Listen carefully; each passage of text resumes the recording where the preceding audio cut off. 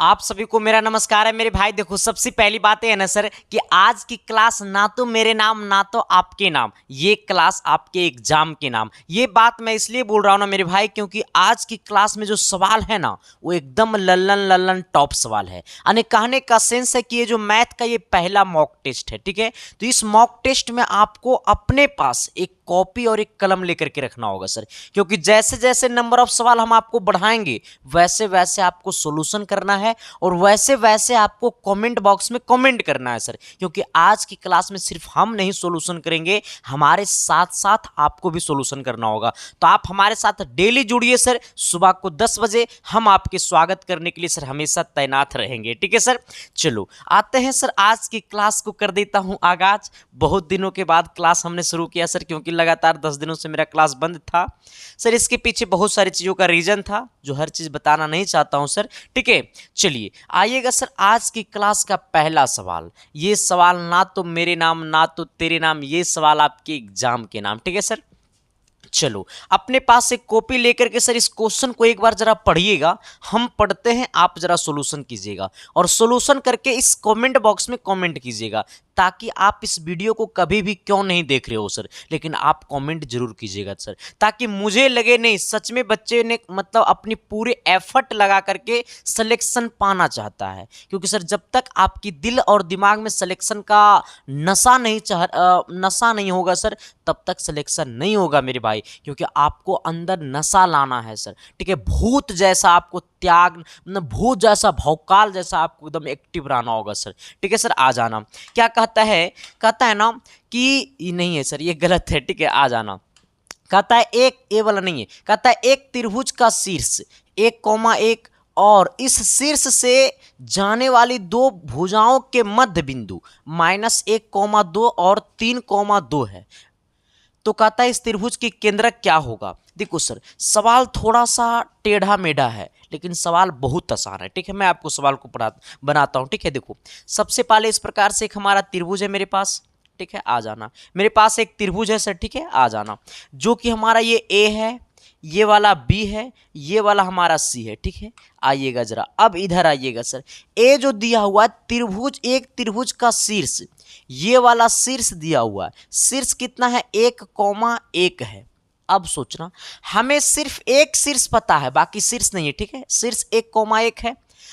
दो भुजाओं के मध्य बिंदु -1,2 और 3,2 है। यानी कहने का सेंस है सर कि भुजा बी के मध्य बिंदु, शीर्ष बी से जो मध्य बिंदु होगा ये वाला होगा, और शीर्ष सी से जो मध्य बिंदु होगा वो ये वाला होगा। आ जाना। तो ये वाला कितना है सर? आपको -1,2 है। ये वाला हमारा -1,2 है। आइएगा, ये वाला हमारा कितना है सर? ये 3,2 है। 3, कितना है? 2 है। हमसे पूछा क्या? केंद्रक। अब कहेगा सर केंद्रक कैसे निकलेगा? तो केंद्रक निकालने के लिए सर आपको त्रिभुज के तीनों शीर्ष पता होनी चाहिए। हमने क्या बोला है कि इस त्रिभुज में केंद्रक आपको तभी पता होगा जब इस त्रिभुज के तीनों शीर्ष पता होनी चाहिए। लेकिन शीर्ष बी को हमने माना x2, ठीक है। आ जाना। हमने शीर्ष सी को माना x3, ठीक है सर। आइएगा जरा, अब कैसे सोल्यूशन करेंगे सर?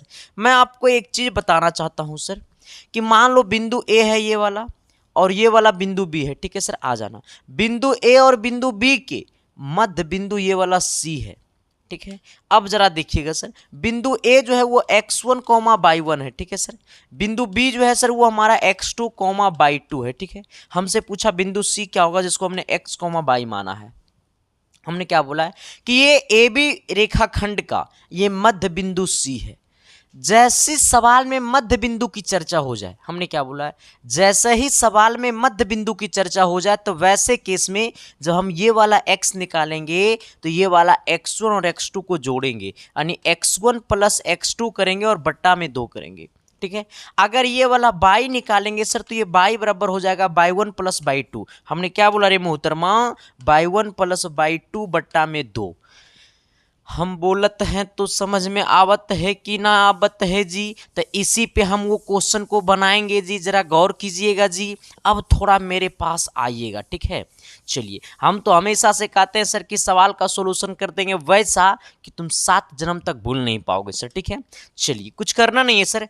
सबसे पहले देखो, कुछ नहीं करना, इसको तुम x1 बोलो, इसको तुम y1 बोलो, ठीक है। आ जाइएगा, ये x2 y2 है।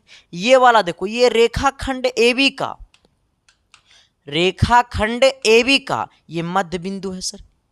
ये रेखाखंड AB का ये वाला मध्य बिंदु है। तो ये जब मध्य बिंदु का ये वाला -1 निकालेंगे तो -1 बराबर हो जाएगा x1 प्लस x2 बटा में 2। तो x1 का मान 1 है, x2 हमको निकालना है, अब बट्टा में 2 करेंगे। ये इधर जाएगा सर तो हो जाएगा -2, और ये वाला +1 इधर आएगा -1। अब बराबर में क्या बचेगा, x2 बचेगा। ये दोनों को घटा दो तो -3 बराबर क्या हो जाएगा, x2। यानी x2 का मान हमको आ गया -3, ठीक है। इसी प्रकार से हम क्या निकालेंगे, तो इसी प्रकार से ये वाला हम क्या निकालेंगे, ये हमारा बाई 2 निकलेगा। तो बाई 2 कब निकलेगा, जब ये रेखाखंड AB का ये वाला मध्य बिंदु है। आए, ये रेखाखंड AB का ये वाला मध्य बिंदु है। तो ये 2 बराबर क्या हो जाएगा सर, ये 2 बराबर हो जाएगा y1 प्लस y2। तो y1 का मान 1 है, अब y2 का मान हमको निकालना है, बट्टे में 2 कर दो। ये इधर जाएगा सर तो कितना हो जाएगा, ये 4 हो जाएगा। ये 4 में से ये प्लस इधर -1 आ जाएगा, बराबर क्या हो जाएगा, y2। यानी 3 बराबर क्या हो जाएगा, y2। हमें y2 का मान पता हो गया कितना सर, तो 3 हो गया। यानी ये वाला हमारा आ गया -3,3। चलो, कोई दिक्कत नहीं ना है। अब हमको निकालना ये वाला x3, y3, x3, y3, x3, y3, x3, y3, x3, y3, x3, y3, ये वाला सटा हुआ है। अच्छा, आने दो, कोई दिक्कत नहीं है सर। अब इसको हम लोग थोड़ा सा अब आगे बनाते हैं, ठीक है सर। आइएगा, जरा गौर कीजिएगा, ऐसे गौर कीजिएगा।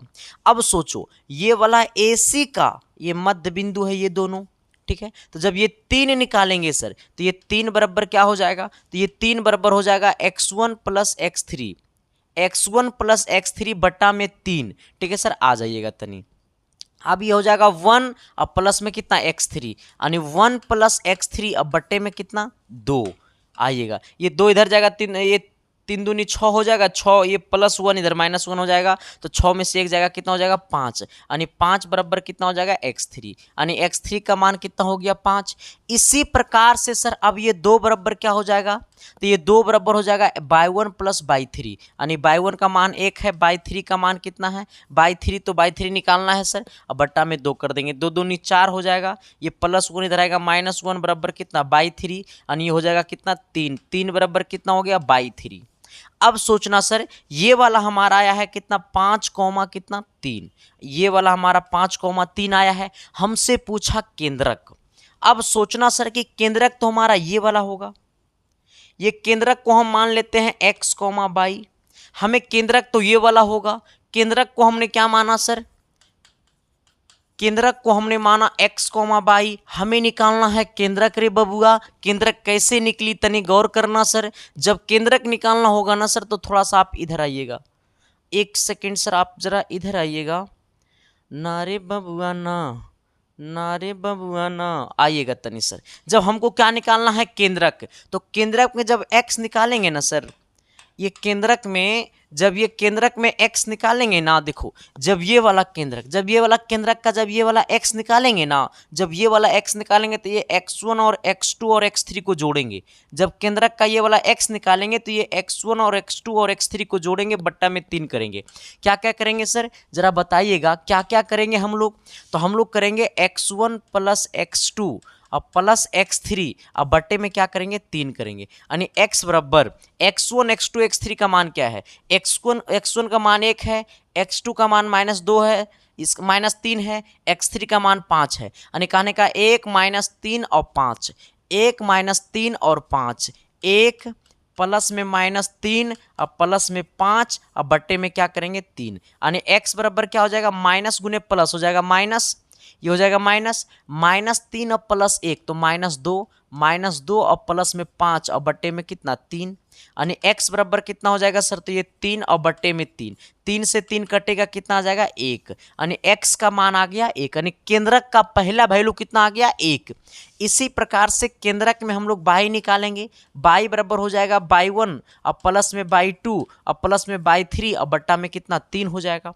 अब जरा आइएगा सर, अब जरा आइएगा कि जब केंद्रक का ये वाला y निकालेंगे, क्योंकि केंद्रक को हमने x, y माना, तो ये वाला जब y निकालेंगे तो ये y1 और ये y2 और ये y3 को जोड़ेंगे, यानी 1 और 3 और 3 को जोड़ेंगे, कितना कितना 1 और 3 और 3 को जोड़ेंगे, 1 और 3 और 3 को जोड़ेंगे, बट्टा में 3 करेंगे, यानी y बराबर हो जाएगा 7/3। हमसे पूछा था केंद्रक, क्या पूछा था केंद्रक, केंद्रक को हमने क्या माना x, y, x का मान कितना आ गया सर, तो x का मान हमारा आ गया 1 और y का मान आ गया 7/3। क्या सच में मेरा ये आंसर यही दे रहा है या नहीं दे रहा है, जरा गौर कीजिएगा, 1, 7/3। अब कहिएगा सर कि ये एक ही सवाल में जब हम इतना टाइम देंगे तो सॉल्यूशन कैसे करेंगे, तभी तो कहोगे सर कि तेरी आंखों में मेरा चेहरा दिखता है। देखो सर मैं आपको बताता हूं, हम आपको सर डीपली तरीका से हमने बताया आपको, जब इस सवाल का अगर आप सॉल्यूशन करना जानते होंगे तो आप इस सवाल में मात्र 1 मिनट लीजिएगा और तुरंत आप सॉल्यूशन कर दीजिएगा, लेकिन सर हम आपको डीपली तरीका से पढ़ाए हैं इसलिए थोड़ा सा तो टाइम लगेगा।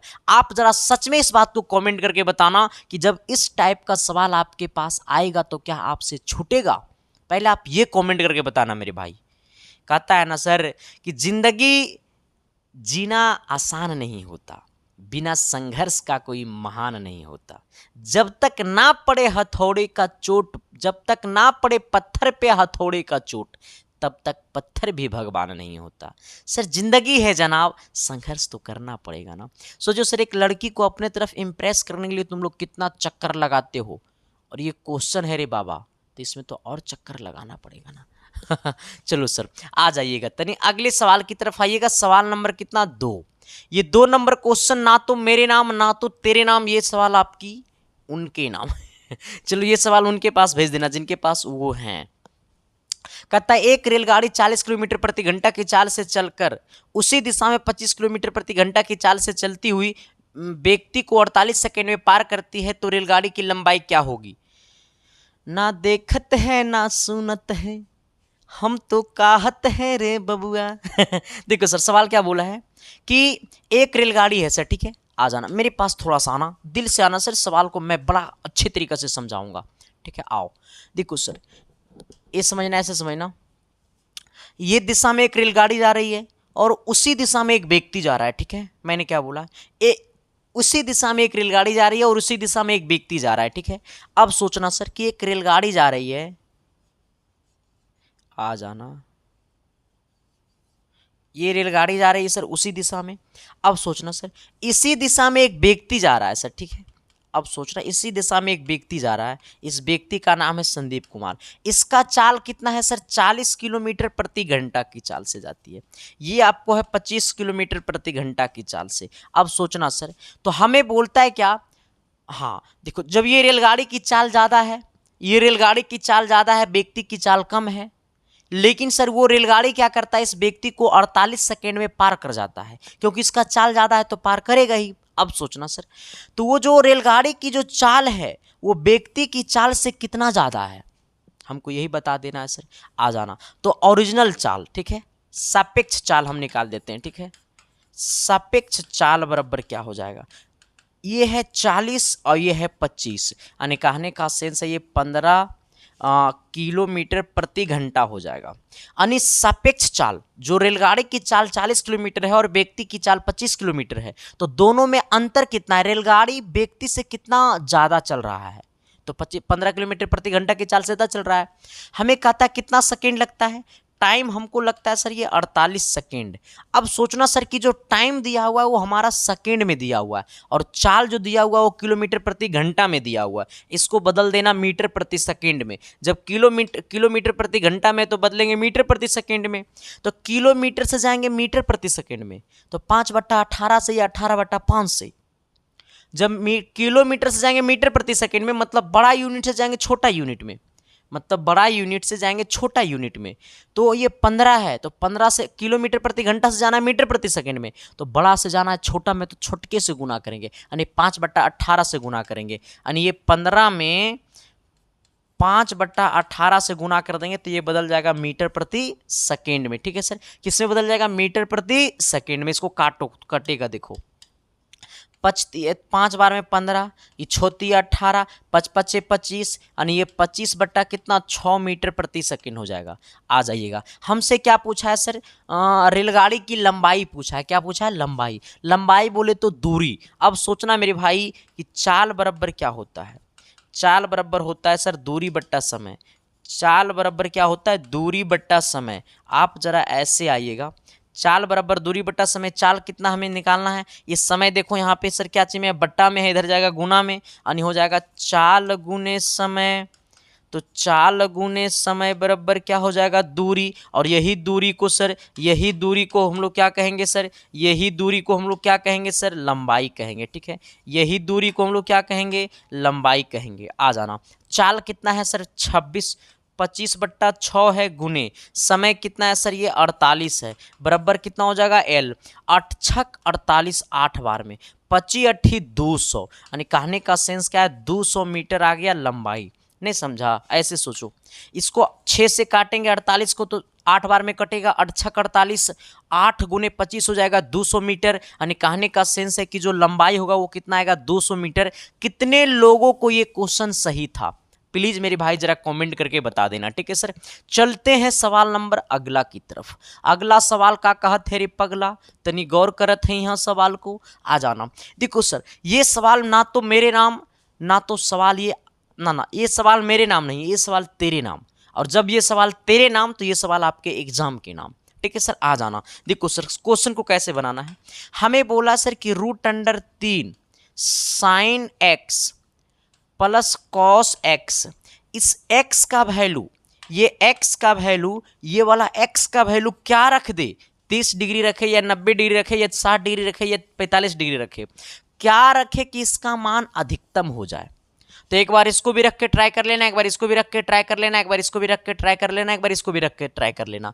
जिसमें मान सबसे बड़ा आएगा वही हमारा क्या होगा? आंसर होगा सर। ठीक है, चलो ये सवाल नंबर 3 जरूर कमेंट बॉक्स में कमेंट कर देना सर। और जिनका सवाल नंबर 3 सही जवाब रहेगा उसको पक्का अपनी साली को नीलाम कर देंगे तेरे नाम। अभी मेरा शादी खुद नहीं हुआ, ठीक है, जिस दिन होगा उस दिन मांग लेना। चलो सर, एक बात और बता देना चाहता हूं आप सभी को मेरे भाई कि सच में सिलेक्शन पाना है, सच में अपनी मम्मी पापा की फिक्र को फक्र में बदलना है, तो अभी से भी आप तैयार हो जाओ सर। आपके पास टाइम अब ना के बराबर है सर, तो कम टाइम में बेहतर करना है, तो इसके लिए आपको बेहतर बेहतर सवाल को पढ़ना होगा। तो इसीलिए सर हम आपके लिए लेकर के आए हैं 1200 सिलेक्टेड गेस क्वेश्चन। ये 1200 सिलेक्टेड गेस क्वेश्चन का आने का मतलब है सर कि इसमें आपको ऑल टाइप का क्वेश्चन है। जब ऑल टाइप का क्वेश्चन है सर, तो जब इतना टाइप का क्वेश्चन पढ़ के चले जाओगे तो मजाल है सर कि आप अपने एग्जाम में क्वालिफाई और अच्छे रैंक नहीं ला पाओगे, कोई नहीं रोकेगा सिलेक्शन सर। तो हम तो कहेंगे सर कि अगर सच में सिलेक्शन पाना है तो ये आपको पढ़ना होगा, क्योंकि जब ये 1200 सिलेक्टेड गेस क्वेश्चन का पीडीएफ जब पढ़ोगे मेरे भाई, तो इस पीडीएफ में जब पढ़ोगे ना सर, तो इसमें क्वेश्चन नहीं दिखेगा, उस क्वेश्चन में तुम्हें सिलेक्शन का चेहरा दिखेगा, क्योंकि हमने इसमें इतना सिलेक्टेड क्वेश्चन लेकर के आया है सर। तो जिन किन्हीं को ये लेना है मेरे भाई, तो आपके सामने नंबर दिखाई दे रहा होगा, उसी नंबर पे आपको 99 रुपये पेमेंट कर देना है 7295 वाला नंबर पे। ठीक है, और पेमेंट करके आपको 7295 वाला नंबर पे ही व्हाट्सअप चलता है। ठीक है, तो पेमेंट करके उसी व्हाट्सअप नंबर पे पेमेंट का स्क्रीनशॉट भेज देना है। और जब व्हाट्सअप पे पेमेंट का स्क्रीनशॉट भेजिएगा तो उसमें मैसेज कर दीजिएगा कि मुझे पॉलिटेक्निक का गेस क्वेश्चन चाहिए। आपके पास मिनट भर के अंदर में पीडीएफ फाइल सेंड कर दिया जाएगा। वो पीडीएफ में सिर्फ क्वेश्चन ही नहीं है सर, उस पीडीएफ में क्वेश्चन के साथ साथ सॉल्यूशन विथ आंसर सब कुछ है मेरे भाई। ठीक है सर, तो बस आपके लिए सबसे बड़ा चीज़ है सर। ठीक है, आ जाना। जिन लोगों को पेमेंट होने में दिक्कत होगा सर, तो उसी व्हाट्सअप नंबर के डीपी में, व्हाट्सएप के डीपी में, मतलब प्रोफाइल वाला जो डीपी जहां पे फोटो लगाते हैं ना, उसमें स्कैनर लगा हुआ, क्यूआर कोड लगा हुआ, उस पर भी आप पेमेंट कर सकते हैं। ठीक है सर, चलो आते हैं सवाल नंबर अगला की तरफ। 4 नंबर सवाल का कहत है रे, आइएगा सर तनी। कहता है ना सर कि tan 9 डिग्री, जरा गौर कीजिएगा, माइनस tan कितना है सर? ये 27 डिग्री माइनस tan 63 डिग्री। चलिए प्लस कितना है सर, ये आपको tan 81 डिग्री है।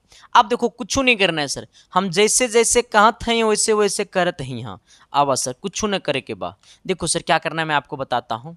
सबसे पहले क्या करना है ना सर, क्वेश्चन का कुछ उल्टा पुल्टा हो गया सर, आइएगा तनी, कोई बात नहीं है, तनी गौर कीजिएगा, हम सब संभाल लेंगे सर।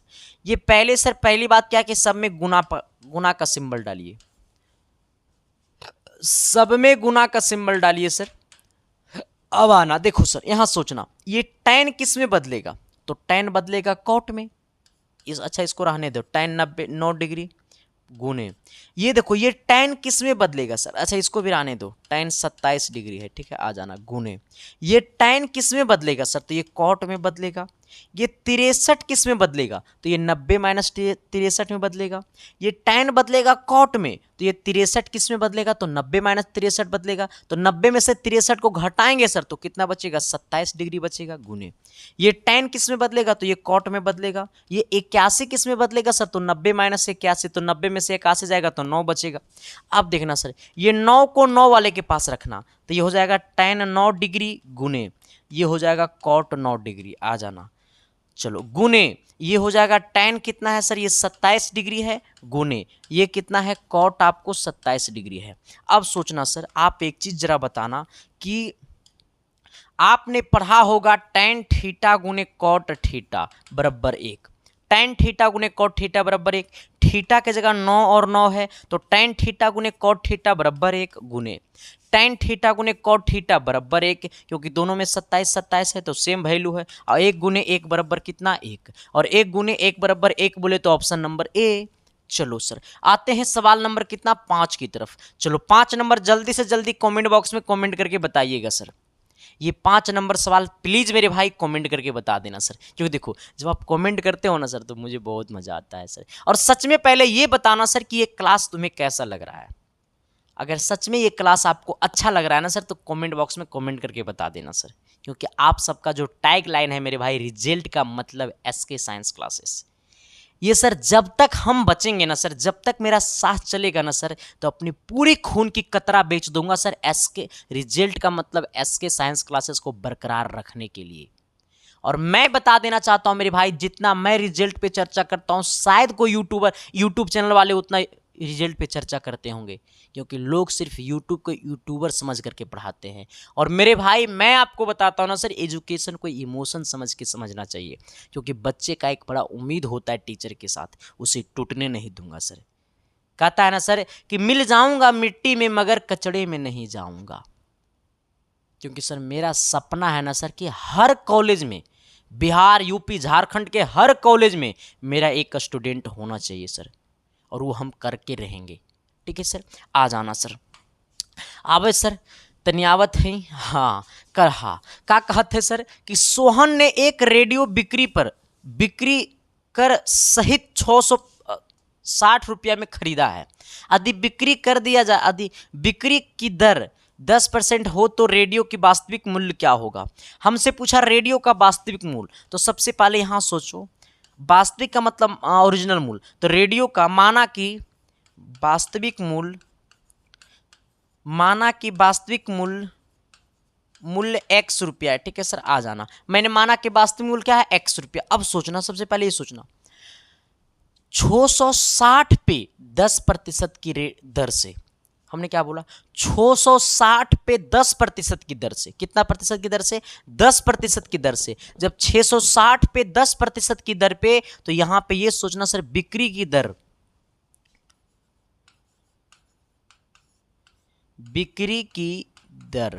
आ जाना। अच्छा बिक्री में वो खरीदा कितना में सर, तो वो 10% की बिक्री की दर 10% है, तो कुछ नहीं करना सर। देखो सबसे पहले ये समझना बिक्री की दर इतना है।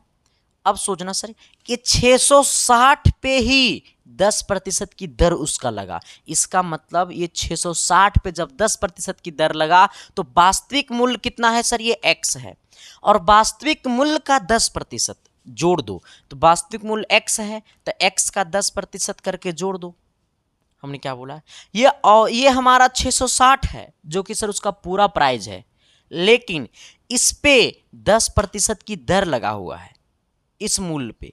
अब सोचो सर, ये हमारा ओरिजिनल मूल्य नहीं है, ये बिक्री की मूल्य है। तो बिक्री की मूल्य में 10% की हमारा क्या है, दर है। इसका मतलब उस 10% की जो दर है, तब हमारा वास्तविक मूल्य क्या है। तो वास्तविक मूल्य को हमने x मान लिया, तो ये 10% का x% क्या होगा, ये 600 है सर। ये x है सर, आ जाना प्लस, इसको काटेंगे सर तो ये x गुने 10 अब बट्टा में, ये परसेंटेज के लिए 100 से भागा दे देंगे, 10 दहें के 100 10 बार में हो जाएगा सर।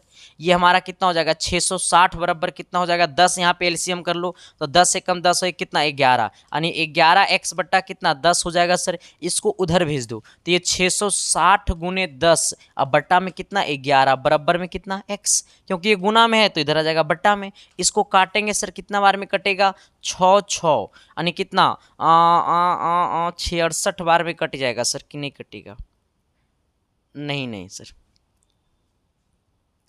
ना देखूं तो जी ना भरे तेरे दर पे, 60 बार में काट दो सर, 6 कम 6, हाँ आ जाना सर। अब इसको गुना कर दो तो कितना हो जाएगा सर, ये हमारा 600 हो जाएगा, यानी x का मान कितना हमारा हो गया, 600 हो गया, जो कि ऑप्शन नंबर कहाँ आपको देखने को मिल रहा है, तो ऑप्शन नंबर ए में देखने को मिल रहा है। सबको बुझाया कि नहीं बुझाया सर, एक बार प्लीज मेरे भाई कमेंट बॉक्स में कमेंट करके बता दीजिएगा। ये सवाल तनी गड़बड़ गड़बड़ लिखा गया है, ये सवाल हड़बड़ में तनी गड़बड़ लिखा गया है, ये सवाल को हम पूरा कर देते हैं। कहता है x बराबर, इसको काटो, कहता है x बराबर √12 plus √12 plus √12 plus √12 plus dot dot dot dot, इस प्रकार से है सर। ये सवाल इस प्रकार से है। जब सवाल की क्वालिटी ऐसा हो तो आपको देख करके रोना नहीं है सर, डरना नहीं है सर, लड़ना है। और लड़ने के लिए सिर्फ SK साइंस क्लासेस ही सिखाता है, बाकी सब तो कुछ नहीं बोलूंगा, माफ करना मेरे भाई, ठीक है सर। आ जाना सर। देखो सर, सच बताता हूं सर, टीचर ना बच्चे के साथ बड़ा खेलता है। टीचर जो होता है ना सर, ये बच्चे के लिए भगवान होते हैं, और टीचर के लिए बच्चे भगवान होते हैं, क्योंकि बच्चे की वजह से टीचर का पेट चलता है सर, और बच्चे टीचर की वजह से बच्चे का भविष्य संभलता है मेरे भाई। तो ये दोनों का जो रिलेशन होता है ना सर, बड़ा कंटाप वाला रिलेशन होता है, बड़ा तागड़ा वाला रिलेशन होता है सर। ये ऐसा रिलेशन होता है सर जो कभी टूटता नहीं है मेरे भाई। लेकिन टीचर ने बच्चे के साथ ऐसा खेल खेलता है कि ऑटोमेटिक बच्चे के दिल में नफरत होता है, और यही मैं करना नहीं चाहता हूं मेरे भाई, ठीक है सर। आ जाना। अब क्या करना है सर, जब क्वेश्चन की क्वालिटी ऐसा हो तो कुछ नहीं करना है, हमारी बात सुनना है और एकरा पकड़ना है। हाँ, पहले ये देखना है कि सब में बराबर है कि नहीं है। यहाँ भी 12 है, यहाँ भी 12 है, यहाँ भी 12 है, यहाँ भी 12 है, सबका सब में बराबर बराबर है सर। जब सबका सब में बराबर बराबर है सर, तो सबसे पहले आप इसको पकड़िए, और जब इसको पकड़िएगा सर तो इसका 2 गुणनखंड कीजिए। सबसे पहले ये देखिए कि सब में बराबर है या नहीं है, इसके बाद इसको पकड़िए और इसका 2 गुणनखंड कीजिए। क्या कीजिए, इसका 2 गुणनखंड कीजिए, और 2 गुणनखंड करने के बाद इसका 2 फैक्टर कीजिए, ठीक है। 2 गुणनखंड करने के बाद इसका दोनों गुणनखंड में जो अंतर होनी चाहिए वो 1 का होनी चाहिए।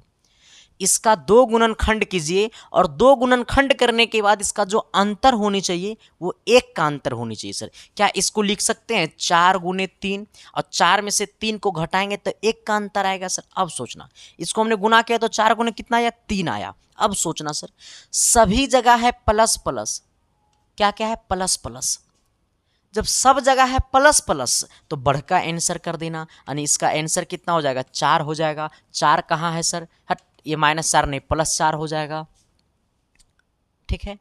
आ जाना। अब मेरी बात को सुनना सर, अगर यहाँ पे होता, अगर मान लो x बराबर ऐसे होता 12 -√12 -√12, मतलब यहाँ पे माइनस माइनस होता, ठीक है। तो सबसे पहले इसको पकड़ते और इसका 2 फैक्टर करते, तो 4 गुने 3 इसका फैक्टर होगा। यहाँ पे है माइनस माइनस माइनस, तो यहाँ पे इसका छोटा आंसर होगा, यानी इसका आंसर कितना हो जाएगा, 3 हो जाएगा सर, ठीक है। आ जाना। देखो सर, इसका आंसर 4 आया ना, तो अगर तुमको ऑप्शन में +4 नहीं दिखे ना तो माइनस से 4 मार देना, कोई दिक्कत नहीं है सर। क्योंकि जब इसको x मान करके, जब ये पूरे को x मान करके बनाएंगे सर, तो -4 और +4 दोनों आंसर आ जाएगा, क्योंकि ये गुणनखंड पे टूट जाएगा फिर, ठीक है। इसलिए आपको इधर उधर नहीं जाना, आपको डायरेक्ट ऐसे सोल्यूशन करना है, ठीक है। कभी कभी इसके जगह मान लो तुमको ऐसे देखने को मिलेगा, जैसे मान लो कितना है सर, ये 6 है माइनस रूट अंडर 6 है, माइनस रूट अंडर 6 है, माइनस रूट अंडर 6 है। अब देखो ये 6 को पकड़ो, इसको लिखेंगे 3 गुने 2, ये दोनों का अंतर 1 है। हमने आपको पहले ही बोला कि दो ऐसा गुणनखंड करना जिसका अंतर 1 होनी चाहिए। यहाँ पे माइनस माइनस माइनस है, इसका मतलब क्या है सर, -2 हो जाएगा आंसर। क्यों? क्योंकि यहाँ पे माइनस है तो छोटा वाला आंसर करेंगे, कोई दिक्कत नहीं ना है सर। चलो आते हैं सवाल नंबर अगला की तरफ। अगला क्वेश्चन क्या कहता है, सवाल नंबर 7।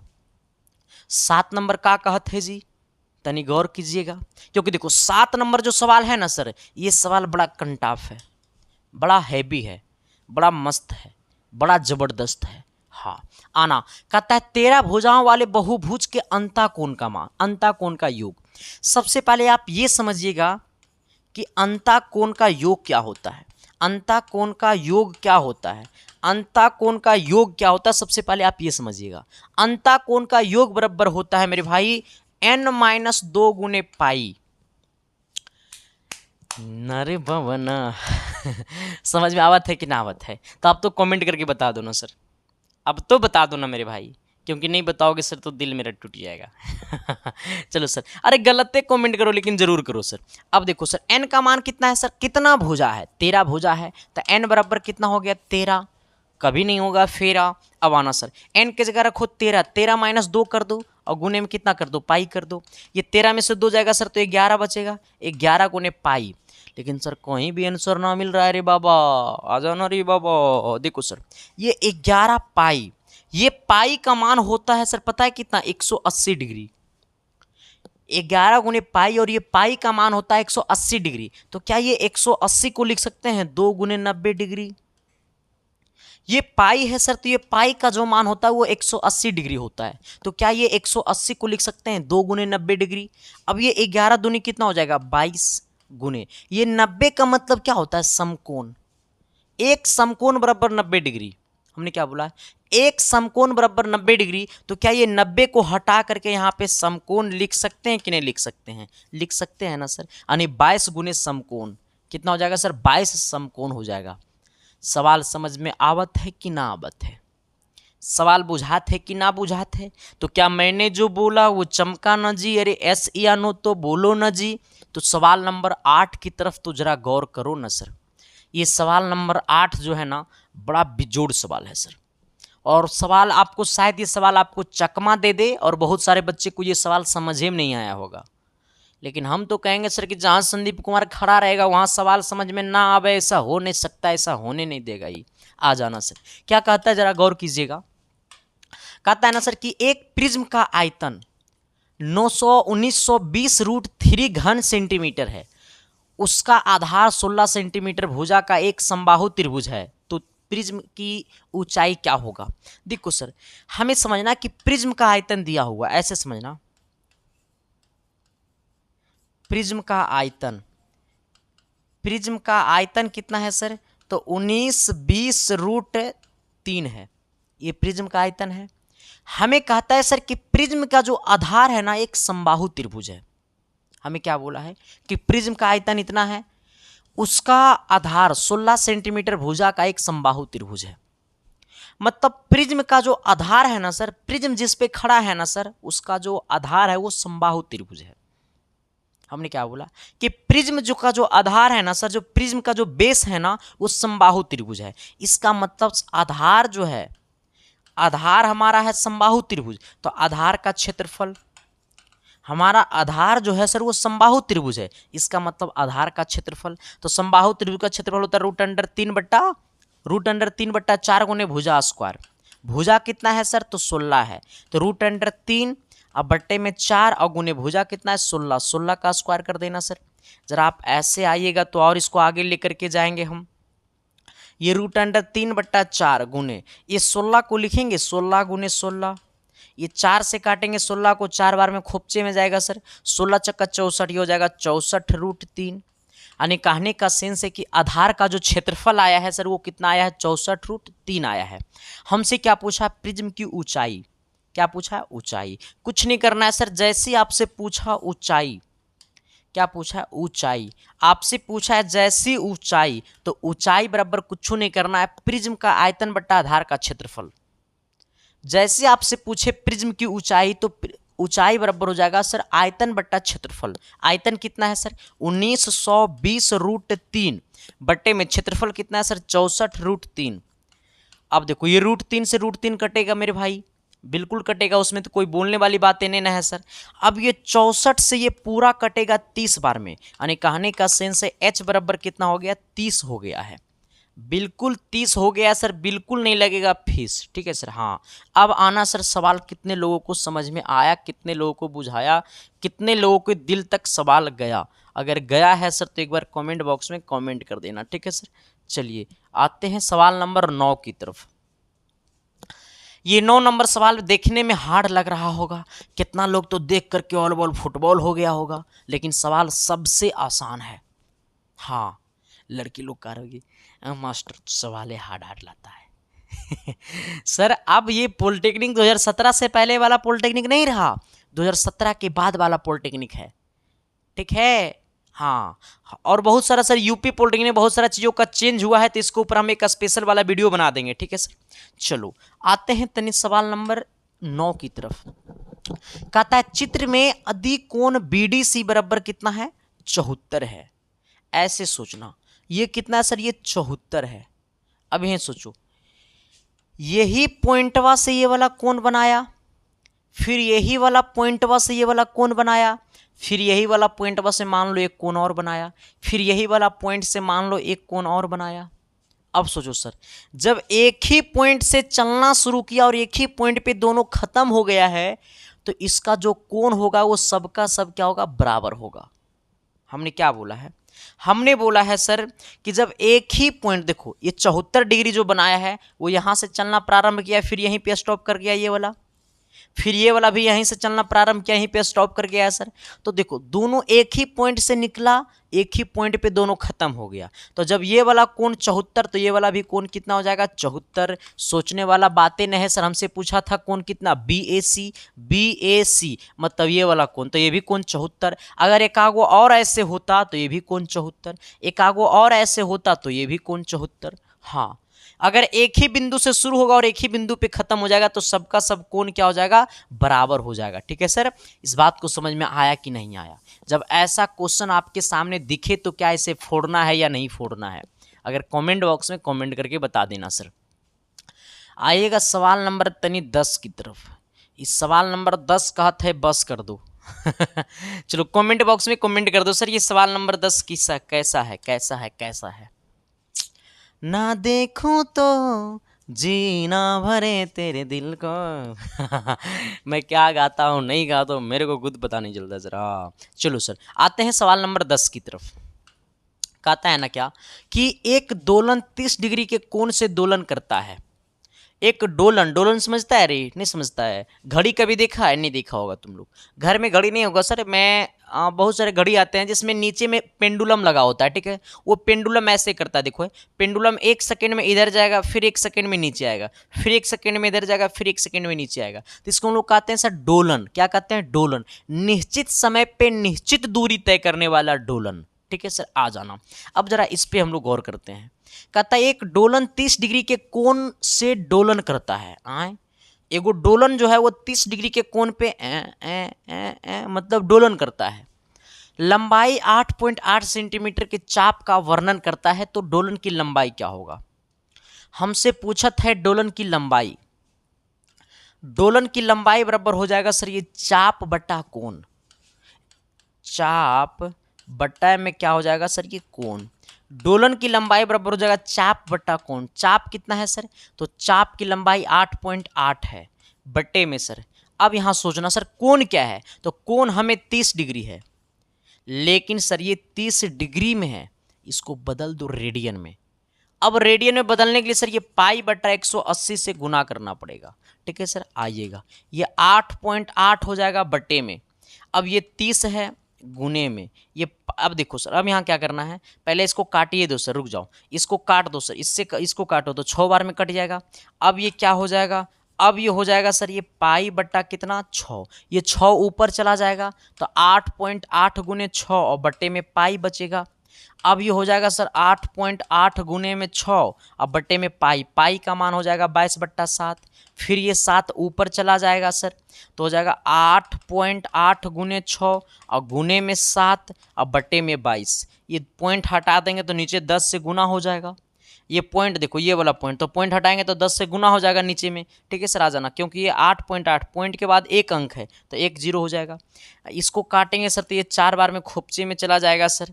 अब जरा ऐसे सोचना, अब इसको काटेंगे 4 और इसको है 2, तो 2 दूनी 4 और 5 दूनी 10।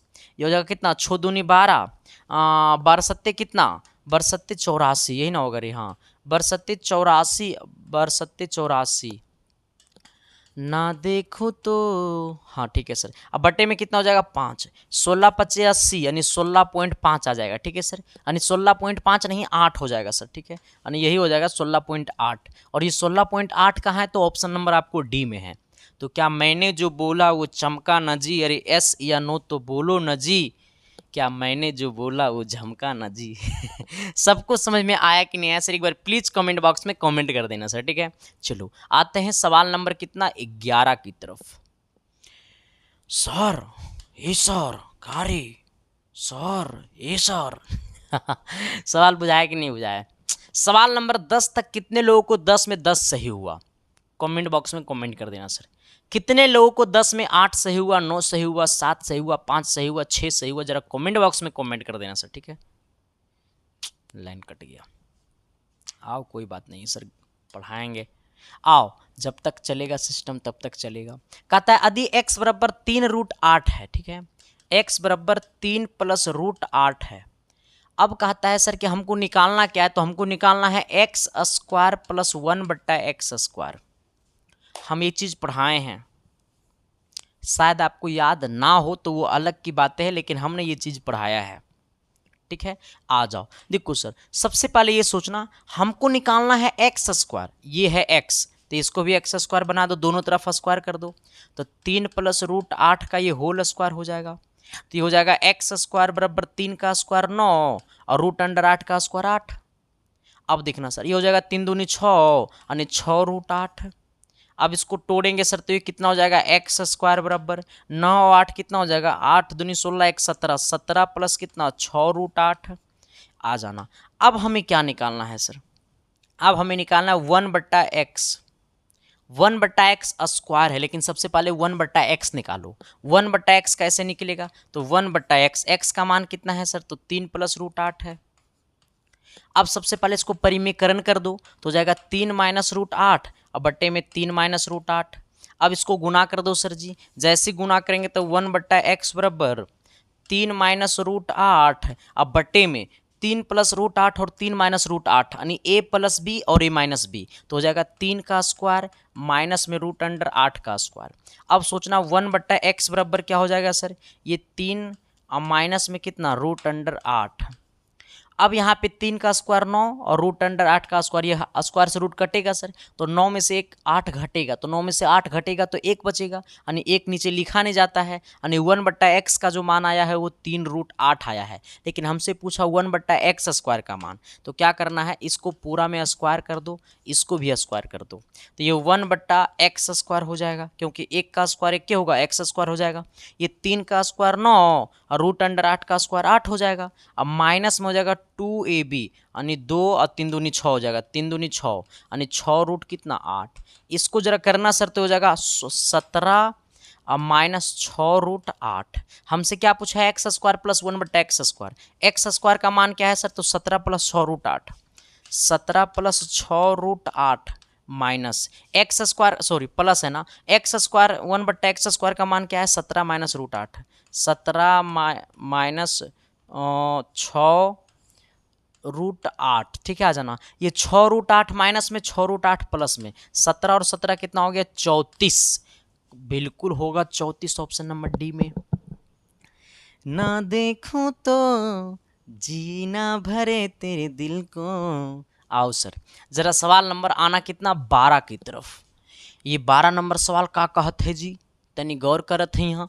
आवा कहता है ना सर क्या कि एक बामन ताश बामन पत्ते, अच्छा मतलब ताश की जो गड्डी होता है ना सर, उसमें 52 पत्ते होते हैं। एक बामन ताश खेलने वाले एक गड्डी में ताश खेलने वाले एक बामन ताश खेलने वाले गड्डी से एक ताश खींचा जाता है। एक बादशाह, इसकी प्रायिकता क्या है? देखो सर, जब गड्डी, ताश की जो गड्डी होता है ना सर, उसमें टोटल 52 पेज होता है। जब ताश की गड्डी में टोटल 52 पेज होता है तो टोटल पेज को हम लोग कहते हैं एनएस। तो एनएस का वैल्यू कितना हो जाएगा? 52। ताश की गड्डी में टोटल 52 पत्ते होते हैं तो इसको हम लोग कहते हैं एनएस। टोटल पत्ते को हम लोग कहते हैं एनएस। ठीक है, आ जाना। अब कहता है सर कि हमें क्या प्रायिकता है कि इससे हमने 52 पत्ते की गड्डी से हमने एक पत्ता निकाल लिया, तो उसकी क्या प्रायिकता है कि वो पत्ता बादशाह हो। तो बादशाह जो होता है सर वो 4 गो होता है। बादशाह कितना होता है? 4 गो बादशाह होता है। टोटल 52 पत्ते की गड्डी में जो बादशाह होते हैं वो 4 गो बादशाह होते हैं। हमसे क्या पूछा? प्रायिकता। प्रायिकता बोले सर तो क्या हो जाएगा? पी बराबर क्या हो जाएगा मेरे भाई?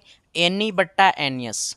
एनई बट्टा एनएस। एनई का मान कितना है? 4। एनएस का मान कितना है? 52। 13 चौका 52 यानी 1 बट्टा कितना? 13। काहे को होगा? फेरा। ना देखूं तो जीना भरे तेरे दिल को। आ जाना। 1 बट्टा कितना? 13 ने ऑप्शन नंबर क्या हो जाएगा? बी हो जाएगा सर। बस सर लाइन चला गया थोड़ा सा, अब क्लास नहीं हो पाएगा। ठीक है, लेकिन आप बताना सर कि ये 12 में 12, ये 12 में 12 कितने लोगों को सही रहा? ये 12 में 11 कितने लोगों को सही रहा? 10 कितने लोगों को सही रहा? 8 कितने को सही रहा? 9 कितनों को सही रहा? 7 कितनों का सही रहा? 6 कितनों का सही रहा? जरा कमेंट बॉक्स में कमेंट कर देना सर। आपको है आपका गुरुजी का कसम, क्योंकि तभी तो मुझे पता चलेगा सर कि आपका अभी लेवल कहाँ तक पहुँचा है। ठीक है, तो सर बाकी हम आपको मिलते हैं अगली क्लासेस में। ये क्लास कैसा लगा जरा कमेंट बॉक्स में कमेंट करके बता देना ना, तभी तो मज़ा आएगा सर। हाँ, और जिनको अच्छा ना लगा ना वो कमेंट करना, ताकि उससे भी मुझे कुछ और सीख मिले, क्योंकि इंसान हमेशा सीखता है सर। ठीक है, बस आप में सीखने की एक चाहत होनी चाहिए, इच्छा होनी चाहिए। ठीक है, बाकी थैंक यू, लव यू। आज तक का क्लास इतना ही रहेगा सर। बाकी चैनल पे पहली बार आए हो तो शिद्दत से, प्यार से, मोहब्बत से चैनल को सब्सक्राइब कर देना। बाकी हम आपके साथ हैं और हमेशा साथ रहेंगे। बाकी thank you sir, love you.